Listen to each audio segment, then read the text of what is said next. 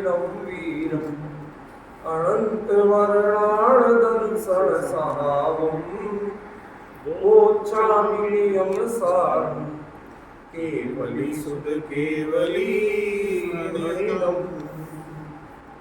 यह नियम सार परमागम है। इसमें गाथा नंबर 25 अजीब अधिकार की गाथा है और इसका पर 2 बार अपनी चर्चा हो चुकी है। आज तीसरी चर्चा चलनी है। गाथा लेते हैं पहले। धातु चतुक्कस्य पूर्वो जम्हेयु कारणं तितं एवो खन्धानम् अवसानं प्रातरो कज्ज परमाणु। एक इसमें पिछली बात की जो चीज छुट्टी थी वो आपको क्लियर करना चाहता हूँ। इसमें रेव और अणादब्बो 2 क्रिया के प्रयोग। एक के लिए कहा रेव और एक को कहा अणादब्बो। और मजे की बात ये है कि दोनों का जो रूप है वह बिल्कुल एक जैसा है। दिखने में अंतर दिख रहा है। संस्कृत में या प्राकृत में जो या जुड़ता है क्रिया के साथ तो वो भी वही अर्थ देता है जो दब्ब जोड़ता है। अब णा क्रिया है जानना, तो णा का ईड़ेयो बन गया, उसका अर्थ भी वही जानना चाहिए। और इसी णा का ये णादब्बो बन गया, इसका अर्थ भी जानना चाहिए। तो टेक्निकली आप लोगों को पता भाई, आप लोग जब प्रॉपर एक एक शब्द से पढ़ रहे हो आचार्य के मूल, तो हमें पहचान होना चाहिए कि क्या आचार्य कह रहे हैं और उसका क्या मतलब। ठीक है, तो जो हेतु जो धातु का हेतु है तम उसको णेयो उसको भी जानना, और खंधाणम अवसाणो और जो स्कंधों के अवसाण का कारण है उसको भी जानना। दोनों को जानना क्या, तो दोनों को कज्ज परमाणु नाम कार्य परमाणु जानना।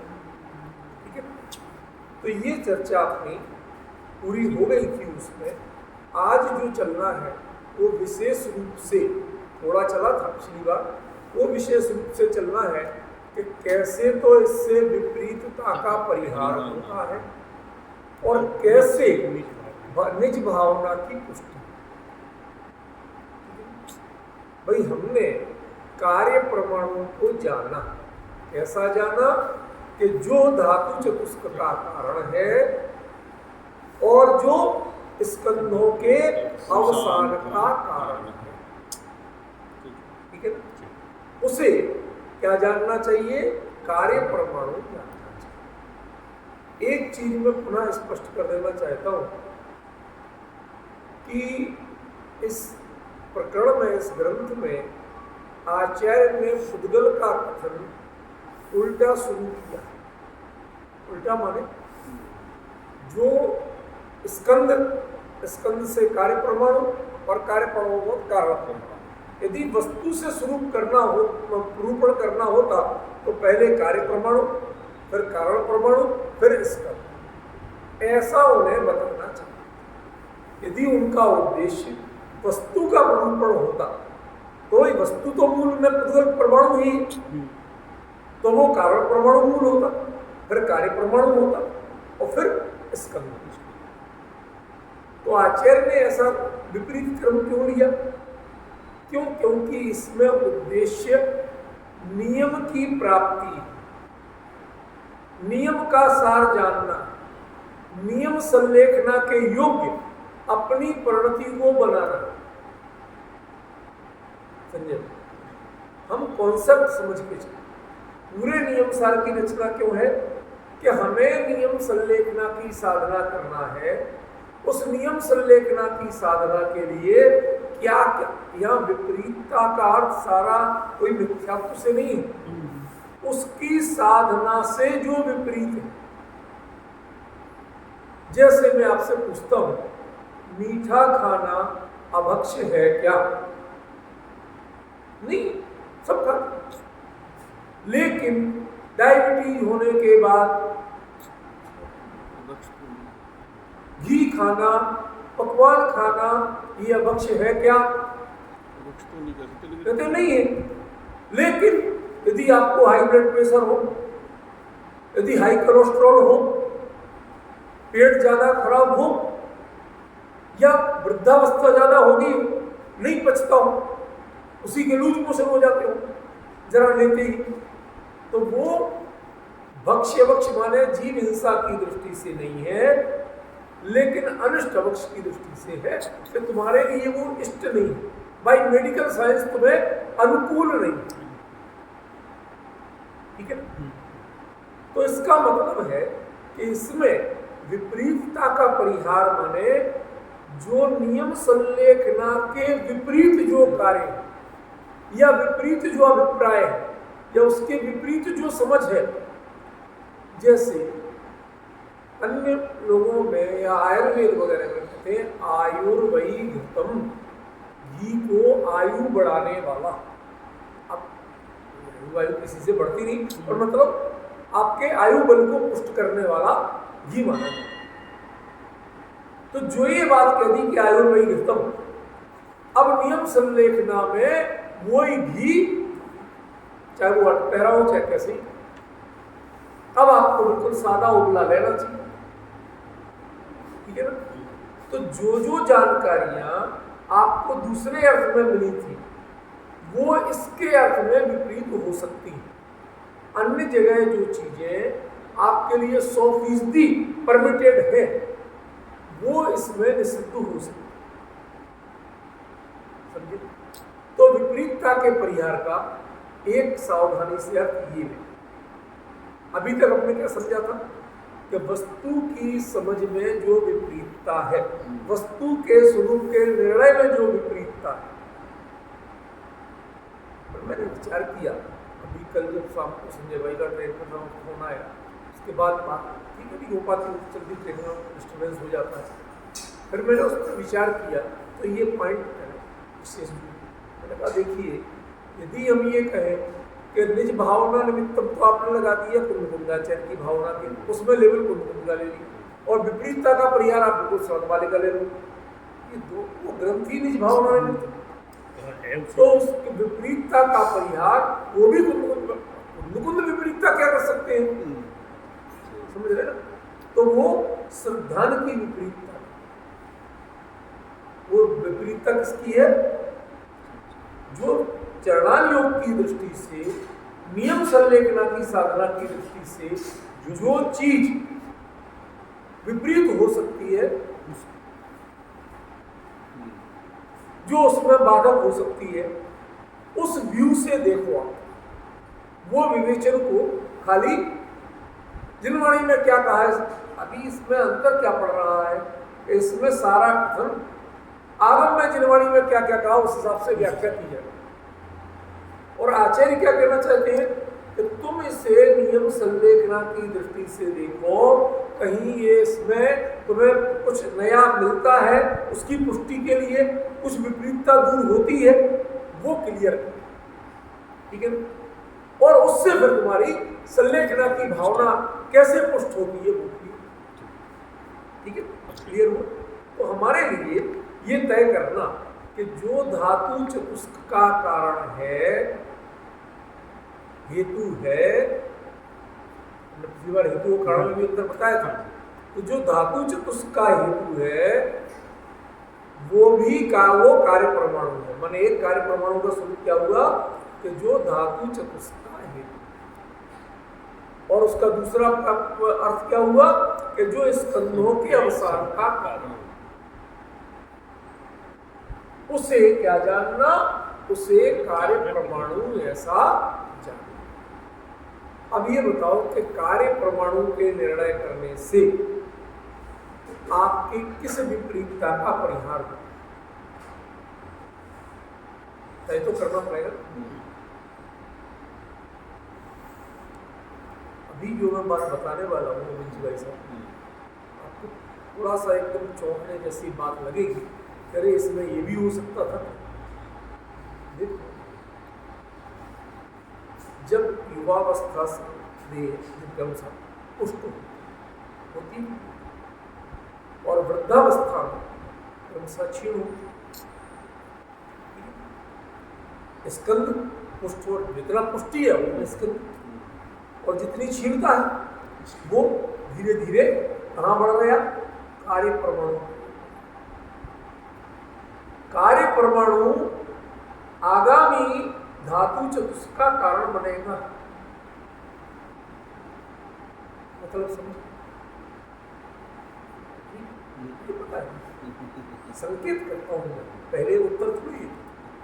इसका मतलब है कि जो नियम संलेखना है वो नियम संलेखना कभी भी भव भ्रमण के अंत का कारण नहीं है। क्यों? क्योंकि इसमें पूरी तरह से बाहरी क्रियाओं का त्याग होते ही उसका परिसीमन हो, और जब आप किसी चीज को घटाओगे, जो चीज मिटाना आपने घटाई कि तो उससे बंद तो होगा भाई, प्रशस्त होगा, बढ़िया से बढ़िया होगा, लेकिन होगा तो बंद ही ना। और जब बंद है विद्यमान तो अगला भाव भी हो, ठीक है। तो वह धातु चतुष्कार्थ के पुनर्जीवन, नया नवनिर्माण किया था नहीं, तो वो नए उसका कारण भी, ठीक है भाई। आप जो हो, आप जो कुछ भी कर रहे हो, इसमें जितना चाहे परिसीमन करते जाओ, लेकिन इससे भाव भ्रमण का अंत नहीं।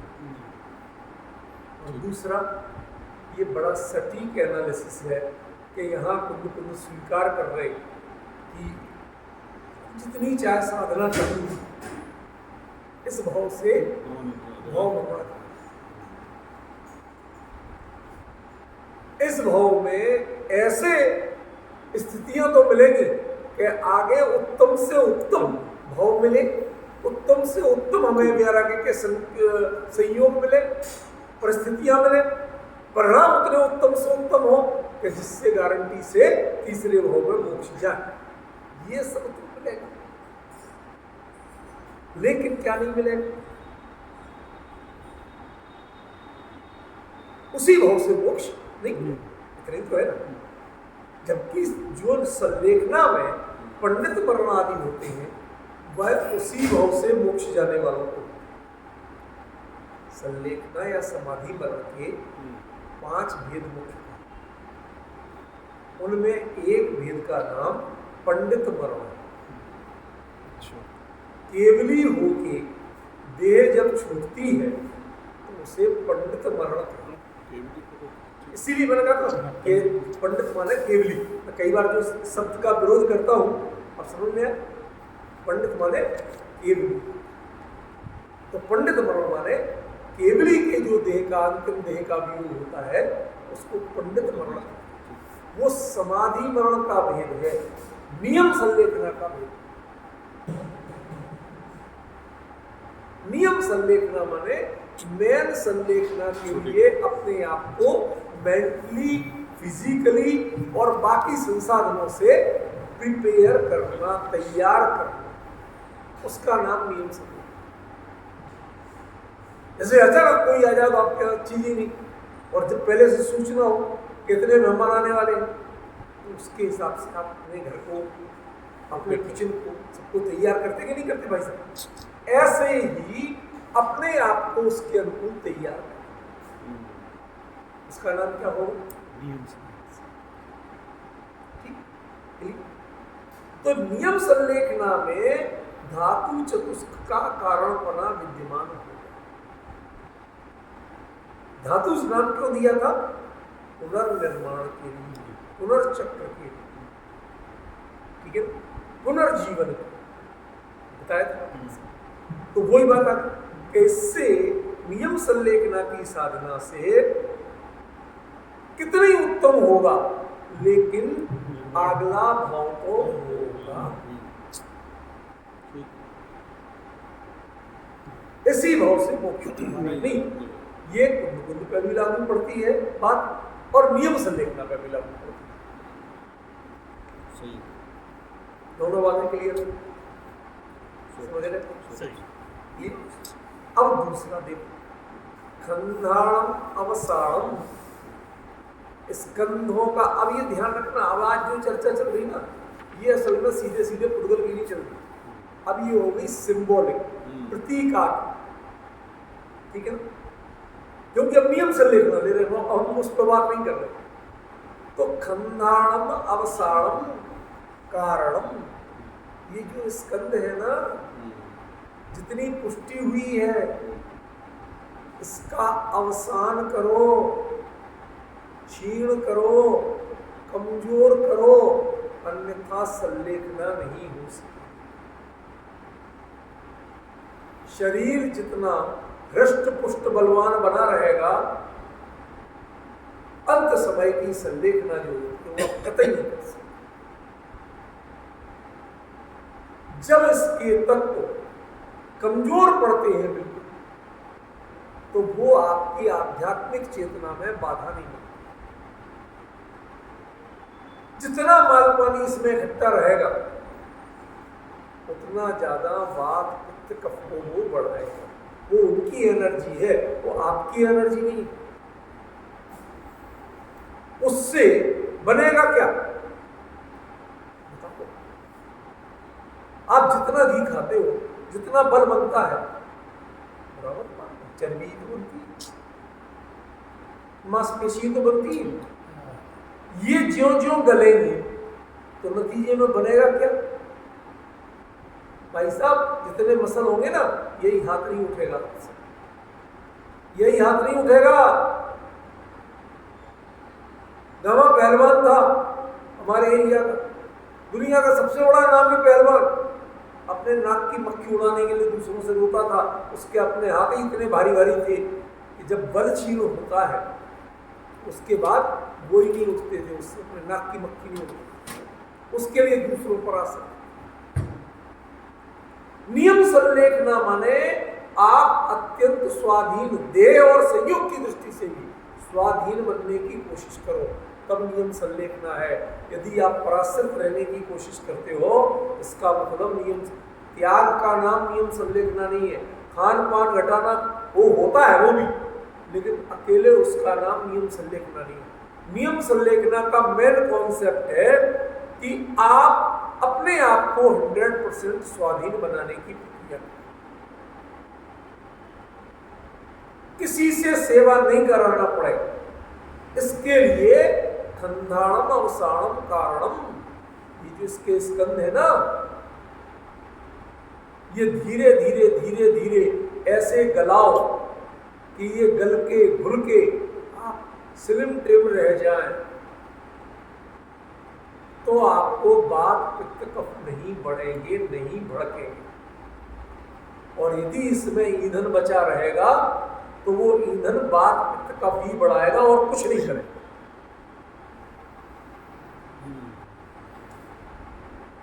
जब ये शरीर के तत्व ये कमजोर होंगे तो कोलेस्ट्रॉल बचेगा, वो भी तो जलेगा कि नहीं जलेगा? चर्बी जलेगी, कोलेस्ट्रॉल जलेगा। ये चीजें जितनी क्षीण होगी, आपको वात पित्त कफ का कारण उतना ही खत्म, बीमारी का कारण उतना ही खत्म होगा। अब ये कमजोर होके भले ही जाएगा, लेकिन आपको सता के नहीं।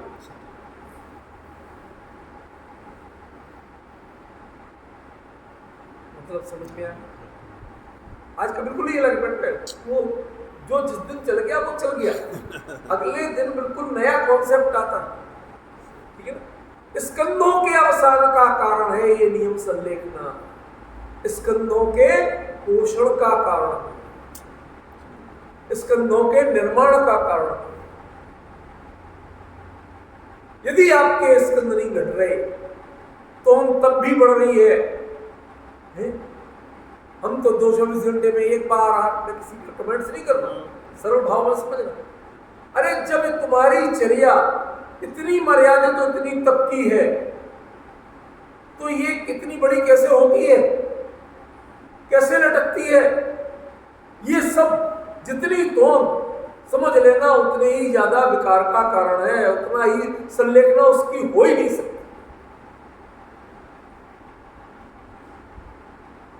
इसलिए 6 साल माने 12 साल से लेके 6 महीने पहले तक का जो समय है वो इसको पहले बैलेंस करो, टोन्ड करो अपनी बॉडी। इसका मतलब जिम जाना नहीं है, इसका मतलब आप मानसिक, जब आप मन से सोचते हैं, यदि आपको लगता है मसल देख के अरे यार मैं दुबला हूं, चिंता हो, अरे इतना ही सारा गया, समझे, इतना घट गया, बहुत अच्छा। आजकल ये जमाना होगा, पहले अरे क्या दुबले पतले हो रहे हैं, सूख रहे होता था कि नहीं, और आजकल अब उन पे हर्षित होने लगे। तो आप जो एक्सरसाइज करके और जिम जाके हर्षित होते हो, दुनिया को रिझाने के लिए हर्षित होते हो, ये देह के पोषण के लिए नहीं, ये देह आपकी साधना में बाधक ना बन सके, मात्र इसके लिए। इसके जो अनावश्यक स्कंध हैं उनका अवसान करो।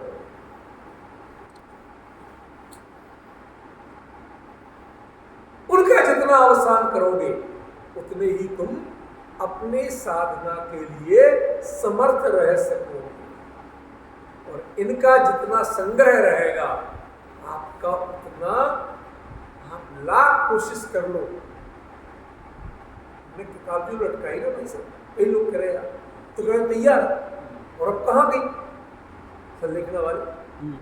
मैं उसमें बहुत सारे प्रैक्टिकल चीजें आएगी ना, प्रैक्टिकली आएगी तो बहुत बड़ी, समझ गए, ऐसे ऐसे चेंज कर रहा हूं पता चले आपको कब से करना। उसमें भी तो नियम संलेखना का पार्ट नहीं था, वो जोड़ो। कैसे कैसे आपको अपने आप को प्रिपेयर करना है, किन किन चीजों पे ध्यान देना है, और उसके पीछे भावना दैहिक सौंदर्य और लोकाकर्षण की नहीं होकर के कितनी हो, ये मेरे उपयोग को बाधित नहीं है।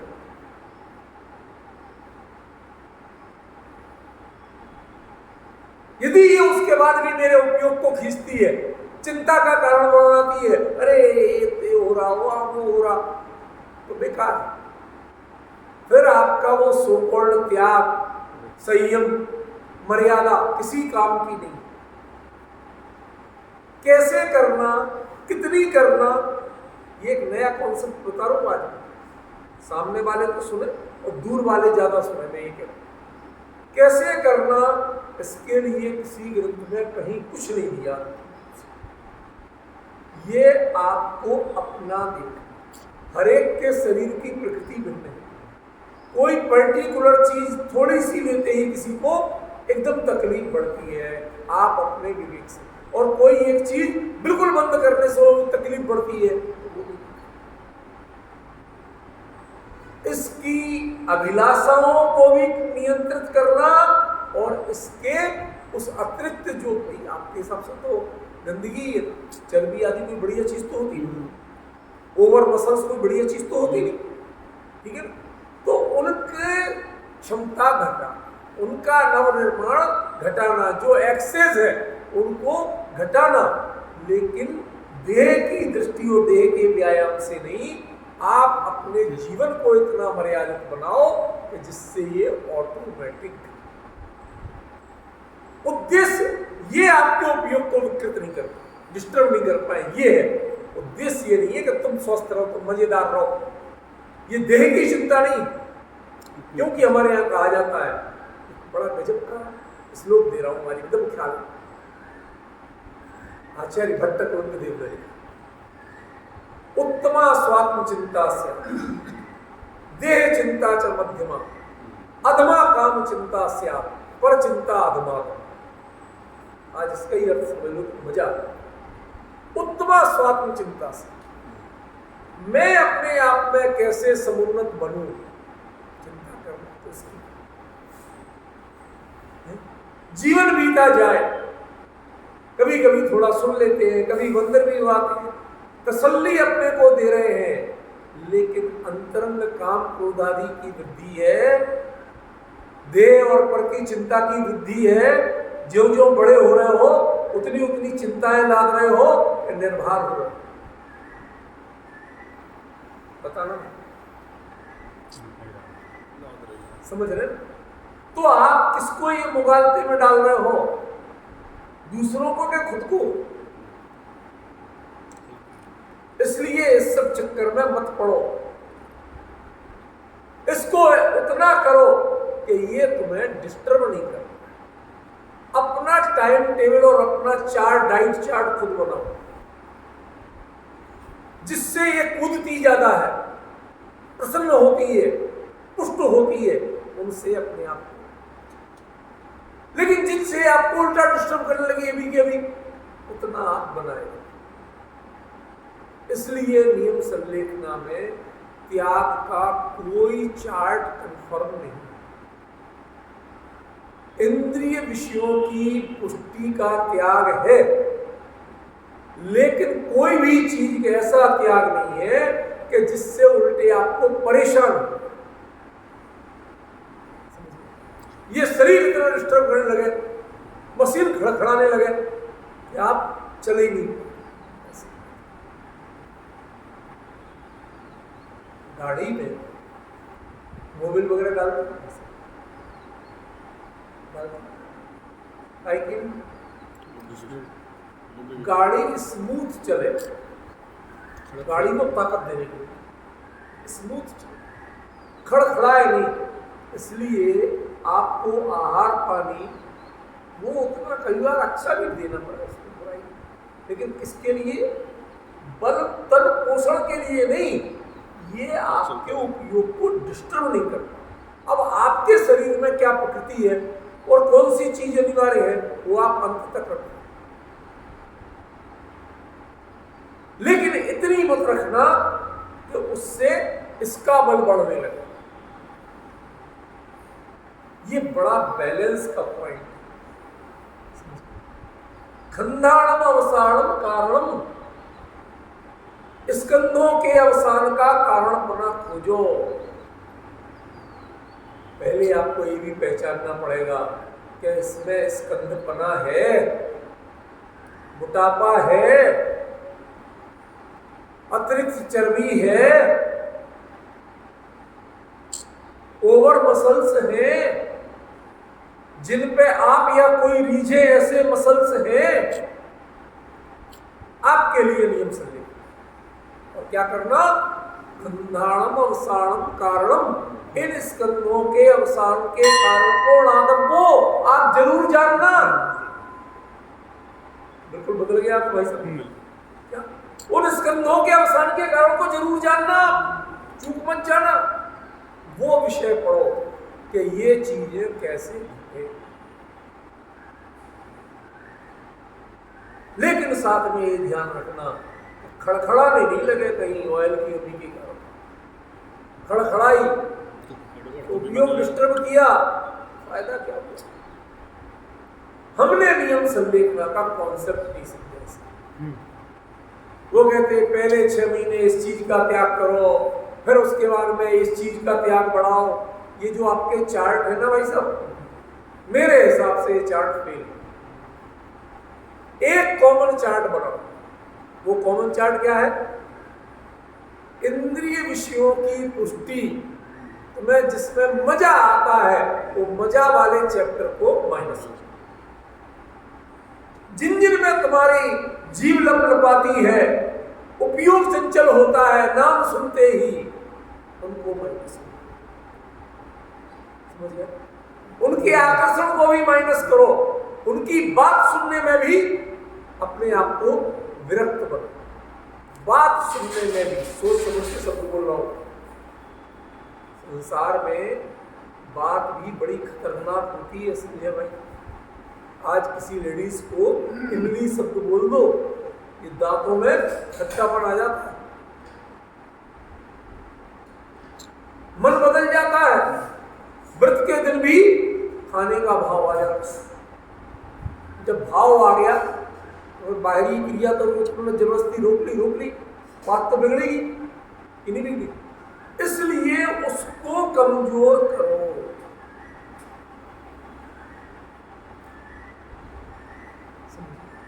असली चीज जो घटाना है वहां तो घटाते नहीं, सीधे हम पदार्थ पे, संसाधन को घटा देते हैं। कल से हम घी नहीं खाएंगे, और घी बिल्कुल नहीं जाएगा। उसके बाद जब ये खड़खड़ाएगी मशीन, तब क्या करोगे? घी खाएंगे। बात वही की वही होगी, बीमारी तो छूटी नहीं। आपने कॉन्सेप्ट नहीं समझा। पहला है इंद्रिय विषयों में, इंद्रियों में, देह में और इंद्रिय विषयों की रुचि, इनमें बल घटना चाहिए।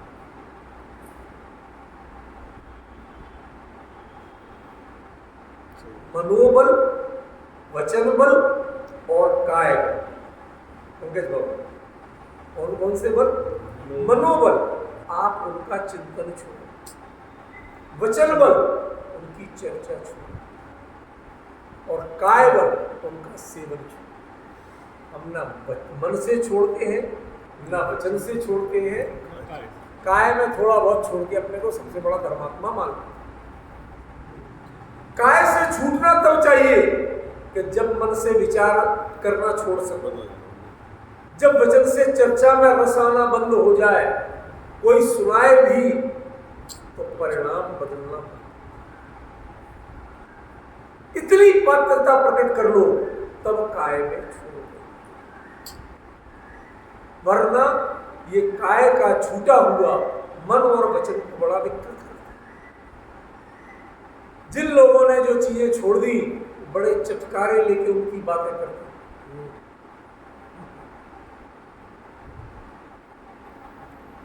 रात्रि भोजन का त्याग, पर रात्रि में भोजन की चर्चा का त्याग। कभी के कोई वृश्रेष्ठ रस स्मरण, पुराने खान पान पार्टी, उनकी चर्चा वार्ता चिंतन त्याग है। कहते त्याग की परिपाटी शुरू यहां से, नियमित यहां से करना, मर्यादित यहां से करना। आप सीधे बाहर में काट पीट के जो दिखा देते हैं, छोड़ के दिखा देते हैं, वो नियम संलेखन का तरीका है। जब मन से रुचि टूटेगी, भाई साहब हमारे यहाँ प्रसिद्ध कहावत है, घटनाक्रम कि चाहे वो बीरबल की हो, चाहे किसी की हो, तेनालीराम किसी की, हमें क्या लगता है, हमें तो मुद्दे की बात समझ। बकरी दी, माल खिलाने में कमी नहीं, और मोटी 1 ग्राम भी नहीं होना चाहिए, वजन 1 ग्राम नहीं होना।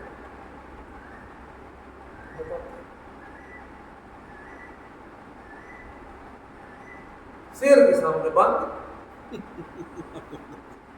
अब खिला रहे, पहले तो खाती दुखदुखी बदल, उधर देखे फिर खाए, देखे फिर खाए, और जितना खाए भी तो भी वो एक दहाड़ मारे, ये हार्ट बीट दुगनी हो जाए, डबल पंप करे। काय से मोटी होगी, काय से बल पड़ेगा। प्रति क्षण मृत्यु का स्मरण, सामने दिखे कभी भी छोड़ के हमें जाना पड़ सकता है। Prepare yourself. आपके काय का बल कभी बढ़ेगा नहीं, मन कभी उनकी बातों में रस नहीं लेगा। चर्चा लोग करेंगे, लेकिन आपका मन उनमें रमेगा, तब स्कंधों के अवसान का कारण बनेगा ये। यदि मन जब तक रम रहा है, बातों में मजा आता है, तो आपके काय की क्रिया छोड़ने का कोई मतलब नहीं। वो तो छूटी हुई थी, खाता भी था तो पुद्गल खाता था, पुद्गल को आप कब खाता था? बाबू समझ में आ रहा भाई? ये क्या है पुद्गल? और जो खा रहे वो क्या है? पुद्गल। तो पुद्गल पुद्गल को खा रहा था, तुम कब खा रहे थे? तुम तो अपनी मान्यता ही में तो खा रहे थे और वो तुमने छोड़ी नहीं। इसकी त्याग और ग्रहण का मतलब क्या है? इसलिए सबसे पहले मनोबल क्षीण हो, उसमें मन उत्साहित नहीं हो, वचन उसमें प्रवृत्त होने की हिम्मत नहीं रखे। मुझे याद एक प्रसंग जो बड़े संत से अगर महाराज थे उनकी घटना, मैं समीक्षा नहीं कर रहा हूं, खाली उल्लेख कर रहा हूं। उनको किसी ने कोई दिगंबर जैन मान्यता के विपरीत कोई ग्रंथ लाके दिया, उन्हें पता नहीं था, जानते नहीं थे ना, ग्रंथ आकार में छपा हुआ था, शायद कोई जिनवाणी का ग्रंथ था। तो वो उन्होंने हाथ में ले ली, किसी ने दिया, ले ली, लेके ऐसे पढ़ते माथा पढ़ते, फिर क्यों नहीं देखा कि ये तो विक्राम मान्यता की विपरीत बात है लिखी, क्या है ये? महाराज वो फला का रखा, जल से कमंडलू से हाथ धोए, प्रतिक्रमण किया। मैंने इसमें अपना उपयोग लगाया, वचन का प्रयोग किया, मुझे दोनों ही नहीं करना थे। मेरे को अपने में मर्यादित रहना, वीतरा कामनाएं के अलावा उपयोग को नहीं लेना। समझ गए? तब स्कंधों का अवसान होगा। आप कदाचित पूरी तरह से भोजन आदि नहीं छोड़ सके तो भी स्कंध घटेंगी। वो भावना स्कंध के अवसान का कारण बनेगी जिसमें आप इंद्रिय विषयों में मनोबल और वचन बल को पहले तोड़ो, उसका बलन तोड़ो, उसका जो जोर आता है। संजय भाई कौन सा रस पसंद है? नहीं, मैं व्यंग नहीं कर रहा हूं, बहुत गंभीरता से पसंद तो हो सकता, ठीक है ना। मिठाई पसंद है, किसी को थोड़ा तीखा पसंद है,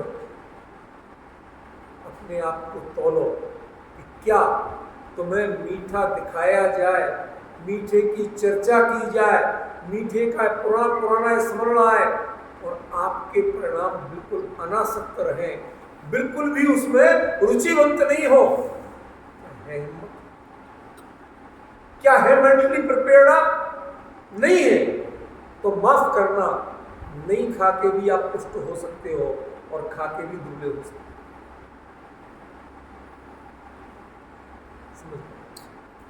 वो प्रतिक्षण सिंह को देखने वाली, मौत को देखने वाली बकरी खा के भी दुबली थी और लोग मान कसाए खा खा के इतने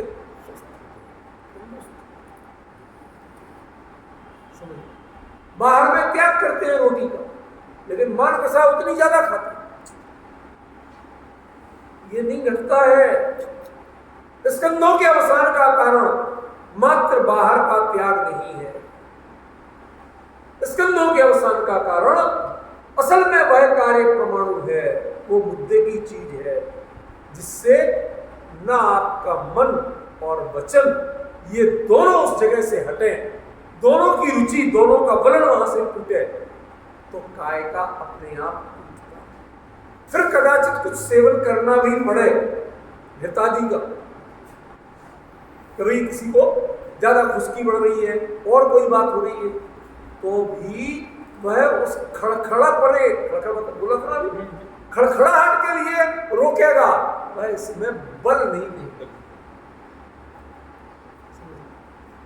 उतना ही सा जाना चाहिए जो खड़खड़ाहट को रोके, मशीन को जाम होने से रोके, हाथ पैरों को जाम होने से रोके। आप बहुत ज्यादा कंट्रोल कर देते हो, ये हाथ पैर भी नहीं चलते। अंत समय तक इन्हें भी सक्रिय रखना है, इन्हें सक्रिय रखना है, वरना पराधीन जिंदगी, पराधीनता की कल्पना, ये संलेखना की विरोधी भावना है। नियम संलेखना में, मूल संलेखना के लिए अपने आप को मन, वचन और काय तीनों से प्रिपेयर किया और उस प्रिपेरेशन में आपके कार्य हुआ, मीन्स रिजल्ट मिला। वो रिजल्ट क्या मिलना चाहिए? खंडाणम अवसानम कारणम। आप ऐसी लाइफ स्टाइल, ऐसा चिंतन, ऐसे वचन अपनाओ कि जिससे स्कंधों का अवसान हो, स्कंधों का पोषण। लोग कहते श्री कृष्ण अपराध, कोई अपराध नहीं है, कोई अपराध नहीं है। आज के सारे मेडिकल साइंस वालों से पूछो, सबके सभी ये कहते हैं भैया थोड़ा वेट घटाओ, स्लिम ट्रिम बनो, क्योंकि ज्यों ज्यों उम्र बढ़ती है ये उतने ही बाधक तत्व हैं, ये साधक तत्व नहीं है।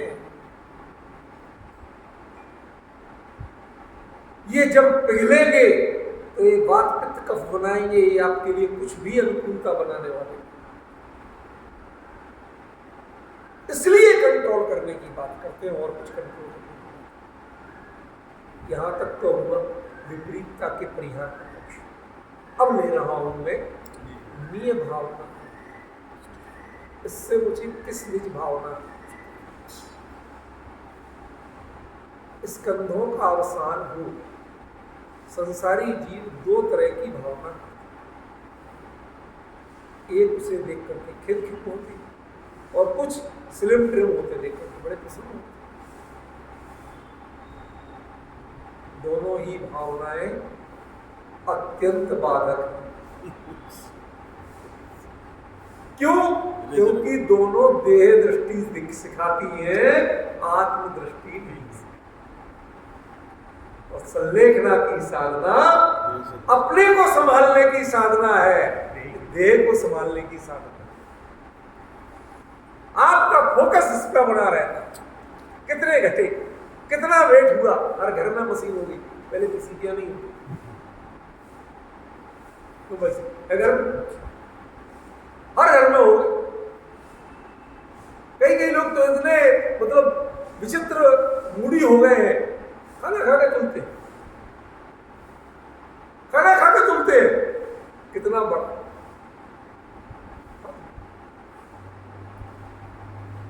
कुछ कैलोरी नापते हैं, चार्ट रखे रहते हैं, इतना एक कप लिया दूध, इससे कितनी कैलोरी बनी, इतनी कैलोरी बर्न करने में मुझे कितनी मेहनत करना पड़े।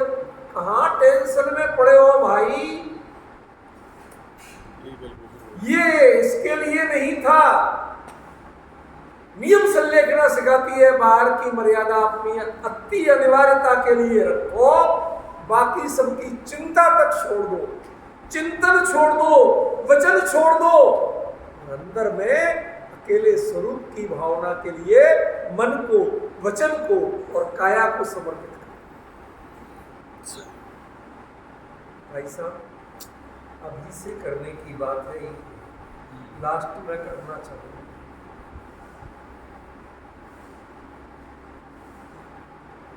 आज जितने लोग हैं, मैं भी अपनी बात कर रहा हूँ, किसी को अलग नहीं करता, किसी के 2, किसी की 4, किसी की 6, किसी की इतनी, किसी की इतनी।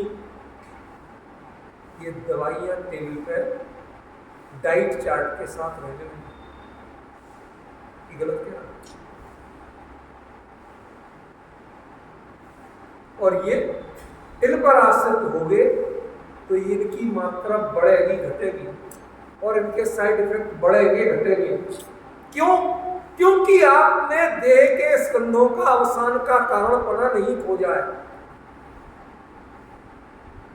वो आपको खोजना पड़ेगा, पहचानना पड़ेगा। उससे अपने मन को खेद खिन्न नहीं होने देना, वरना दुबले होके भी कमजोर पड़ जाओगे। दुबले होना अलग चीज है, कमजोरी अलग चीज है।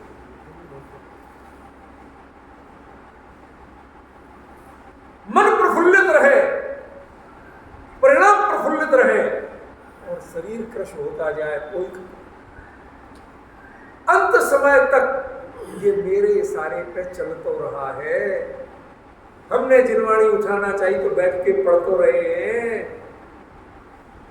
आंखों में झूलता है वो दृश्य उदयगिरी पर निर्वाण सागर जी महाराज के पास बैठे, दोपहर को पहुंच गए, 107 साल की आयु, और वो दिन भर समय सार का स्वाध्याय करते हैं बैठ। कोई ऑडियो वॉडियो कुछ यूज नहीं करते, शांत मन से करते हैं, उपयोग लगाते हैं कि कई बार एक एक गाथा में इतना मन लगता है, इतना मन लगता है, आचार्य के ऐसे नए नए भाव खुलते हैं, 2-2 3-3 दिन एक ही गाथा चलती है। पेज नहीं गिनते हैं, परिणाम गिनते हैं। समझ, परिणाम गिनते हैं, इसमें मुझे कैसे कैसे भाव, क्या क्या नए भाव आ रहे हैं, कैसे मेरे अंतर भाव वैभव की पुष्टि हो रही है, लगातार। यहां सामने बैठने वाले घंटे भर नहीं बैठ पाए, आसने बदलो, ये करो वो करो, वो 107 साल की आयु में एक आसन में बैठे हुए शांति से समझ सकते। कोई ने जरा सी भी पूछना चाहे महाराज जी और तबीयत कैसी, चर्चा नहीं करना, चर्चा करो तो समय सार की। इसके अलावा ना मैं सुनना चाहता, ना मैं सोचना चाहता, और ना ऐसी कोई चीज पास रखना चाहता जिससे देह की चिंता, उत्तमा स्वात्म चिंता से, देह चिंता च मध्यमा। देह की चिंता मध्यम क्यों कही?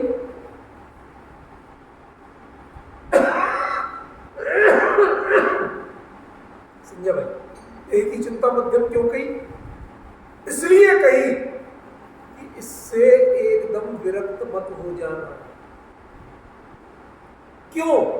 क्योंकि इसकी समस्या यदि बढ़ती रहने दी, अपनी जिद के कारण, हमने तो उसका संकल्प लिया हुआ है, बढ़ती रहने दी, तो हमने देखा है ऐसे लोगों का अंत समय बहुत संकलेशपूर्ण होता है। सारे नियम कर्म तो कहाँ रखे रह जाते, जब आयु का संकट खड़ा होता है तो कुछ भी करने को तैयार।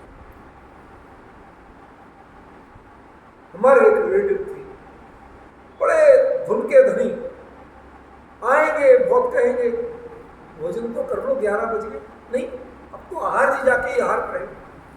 अब उस समय आहार जी जाना माने ललितपुर से कम 4 घंटे का मतलब। क्यों? पहले टीकमगढ़ गए, 1.5 घंटा वो लगता, टीकमगढ़ से फिर आधे रास्ते तक के लिए कोई छोटा साधन मिलता था, फिर बैलगाड़ी मिलती थी, और लास्ट के 9-10 किलोमीटर पैदल। उस समय स्थिति, तो यदि 11 यहाँ बज गए हैं तो ये तय है कि आपको 5 बजे पहले आहार नहीं मिलता। नहीं साहब वो ही करेंगे, मतलब ही हमें कुछ नहीं होता। हालत ये हुई, मुझे बड़ा दुख है, मैं कह तो रहा हूँ लेकिन किसी की निंदा के लिए नहीं कह रहा हूँ। उनके आखिरी समय में ऐसी स्थितियां थी जिनने जीवन भर बिल्कुल मर्यादा का जल और अन्न के अलावा कुछ लिया नहीं, अपने हाथ से बना के लेते या अपने किसी के अत्यंत शुद्ध घर में, अन्यथा लेते ही नहीं। और वो इतनी भूख की स्थिति हुई, इतनी अपच की स्थिति हुई, खड़े खड़े तो निहार करते थे और जिस चाय के घर से मांग के खाते। भूख इतनी लगती थी, घर के लोग कहते हैं दे तो दिया, अभी फिर दस्त लगेंगे, टोक देते जिस चाय के घर, और उनके दरवाजे पे खड़े थे। पूरा जीवन प्रतिमाओं जैसा बिताया उन्होंने, प्रतिमाधारी जैसा। इसलिए कह रहा हूं भाई, इसमें खींचतान मत करना, देह चिंता च मध्यमा, मतलब उतनी जरूर रखना कि जिससे ये आपको नहीं नचा देगा, आपको अपनी खड़खड़ाहट नहीं सुनाने। संजय भाई समझ में यार, बहुत बैलेंस की बात बताओ। अधमा काम चिंता, काम माने जिसमें तुम्हारा रस परिपाक होता है, मजा आता है जिसको क्या। अधमा वो सबसे बुरी। तुम अपने मजे के लिए कुछ नहीं लो, चाहे अत्यंत प्रासुक चीज ले रहे हो लेकिन आनंदित होके ले रहे हो, रस लेके ले रहे हो। देह की चिंता के लिए लो कोई बात नहीं, लेकिन काम की चिंता के लिए लो। अत्यंत प्रासुक सात्विक भोजन क्यों ले रहे हो? क्यों ले रहे हो? एक बार दे के ये परेशान ना करे, इसकी अनुकूलता के लिए पड़ोसी धर्म से ले रहे हो, वहां तक तो तुम्हें मध्यम बात की, उत्तम बात नहीं थी। उत्तम तो आत्मचिंतन ही है, लेकिन यदि उसी को तुम, अरे साहब इसको तो मैं बहुत पसंद की चीज है, अब वो काम चिंता हो गई, कोई चीज अधम हो गई, सामग्री अधम नहीं हुई है, आपका भाव जो है वो अधम हो गया। इसलिए नियम सार नियम भावना को उत्कृष्ट करने का ग्रंथ है, सामग्री को उत्कृष्ट करने का ग्रंथ है। समझ गए? देह चिंता तक रहे, वहां तक आपके लिए चीज स्वीकार्य है, मध्यम है, लेकिन यदि उसमें आपका रस परिपाक होने लगे, मजा आने लगे, रुचि ढूंढने लगे, इंतजार होने लगे, तो समझ लेना वो काम चिंता है, वो देह चिंता भी नहीं है, वो अधम से अधम है।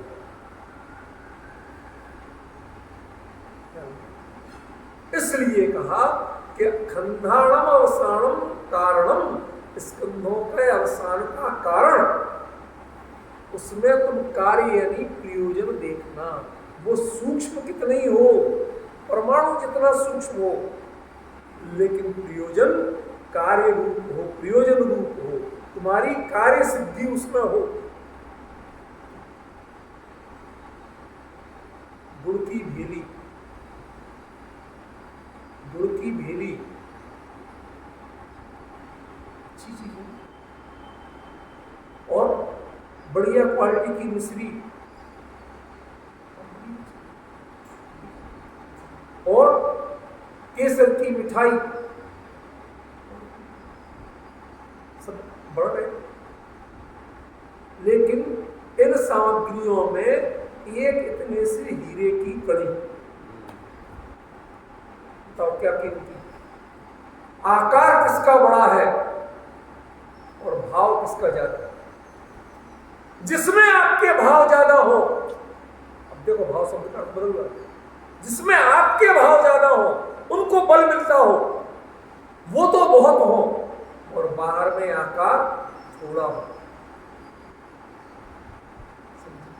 ऐसी चीजों को ग्रहण, ठीक है। और जिसमें अंदर का रस, अंदर के भावों का पोषण वो न्यूनतम हो, और देह की चिंता, खान पान की चिंता, इसमें ही सुबह से शाम तक लगे रहो, लेकिन माफ करना, आप सब नियम संलेखना भी नहीं है आपकी, और आप संलेखना की साधना कर रही हो। किससे चौका लगवाना बताइए? ठीक है, मुनिराज नहीं लगाएंगे, ये सही है, समझ गए? किससे चौका लगवाना? चौका लगवाने के लिए कितने चौके लगते हैं, इसका गर्व करने की चीज नहीं है। कितने लोग आहार दे रहे थे, ये गर्व करने की चीज नहीं है। यदि इनमें रंच मात्र भी है, अरे साहब हमारे दान देने वाले इतने इतने दान देते हैं, आहार दान देने वालों, सब में यदि तुम्हें गर्व की भावना है तो ध्यान रखना, संलेखना तुम्हारी होनी नहीं। क्यों? क्योंकि तुम्हारे जो वलन है, तुम्हारी जो रुचि है, वो अधम चीजों में है, पर में है तुम्हारी अपने। इस मुनि धर्म में उत्तम स्वात्म चिंता, मध्यम देह चिंता, अधम काम माने अपने परिणामों को देखो, इसमें कहीं तुम्हारी रुचि, और इससे आगे की चिंता जो है, पर पदार्थ, कौन आए, समाज के कौन है, ये राजनीति, ये दुनिया भर, ये चिंता अधम से भी अधम चिंता है, जो आज सब चल रही है ना, ऐसा अधम से अधम चिंता है। राजकुमार जी एक श्लोक लिख के दे देना, उत्तमा स्वात्म चिंता सा देह चिंता च मध्यमा अधमा काम चिंता स्यात् पर चिंता अधमा अधमा। अधम से अधम है जो इससे बाहर चला गया।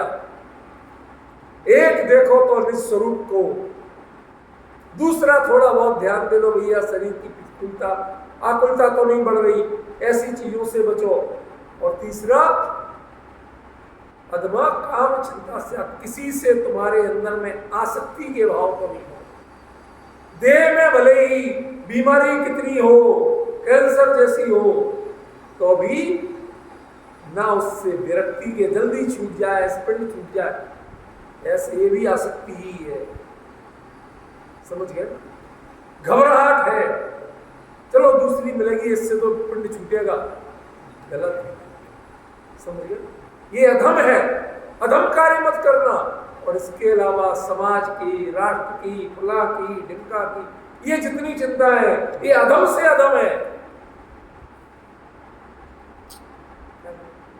ये कॉन्सेप्ट लेना आपको, इसके लिए कहा खंडाणम अवसानम कारणम कज्ज परमाणु ना, वो जानना वो तुम्हारा कार्य है। आकार में परमाणु जितना है लेकिन प्रयोजन वो ही है। ये सब प्रयोजन। कैंसर में दवाई लेना, किसी को कैंसर हो मुनि को, और दवाई लेना कौन सी चिंता होगी? भैया ऐसा है कि वो दवाई ले ही नहीं सकते। पहले सुनो, दवाई को दवाई कह नहीं सकते। वो होता है तो उसके लिए तरीका है कि भोजन के आहार के साथ औषधि उस रूप में मिक्स करके जो भोज्य पदार्थ के रूप में होती हो उतना ही ले सकते हैं। और वो भी औषधि मान के नहीं ले सकते, रुचि से नहीं ले सकते। सहज ही उनके यहाँ साहब आहार ही वही बनाया, अपना ले लिया। ठीक है ना? मुनि धर्म में औषधि सेवन कैसे होता है मैं बताऊं आपको। अभी जी आप भी समझ लो, समय तो हो गया, 2 मिनट में समझ लो।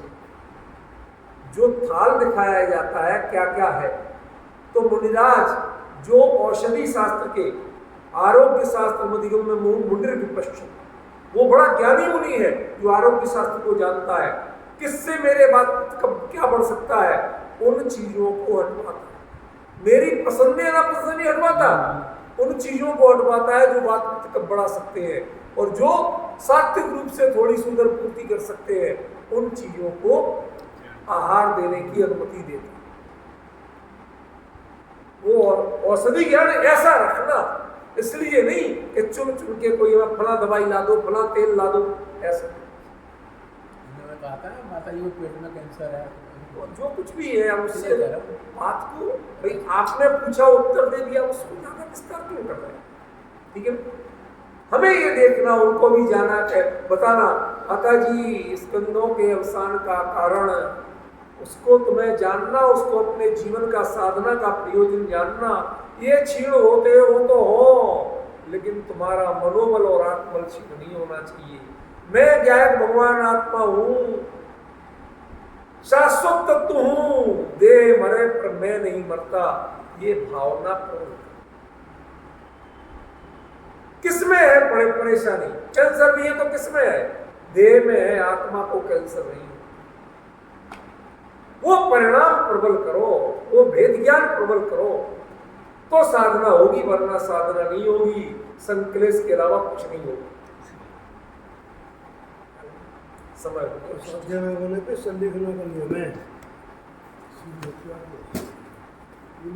नहीं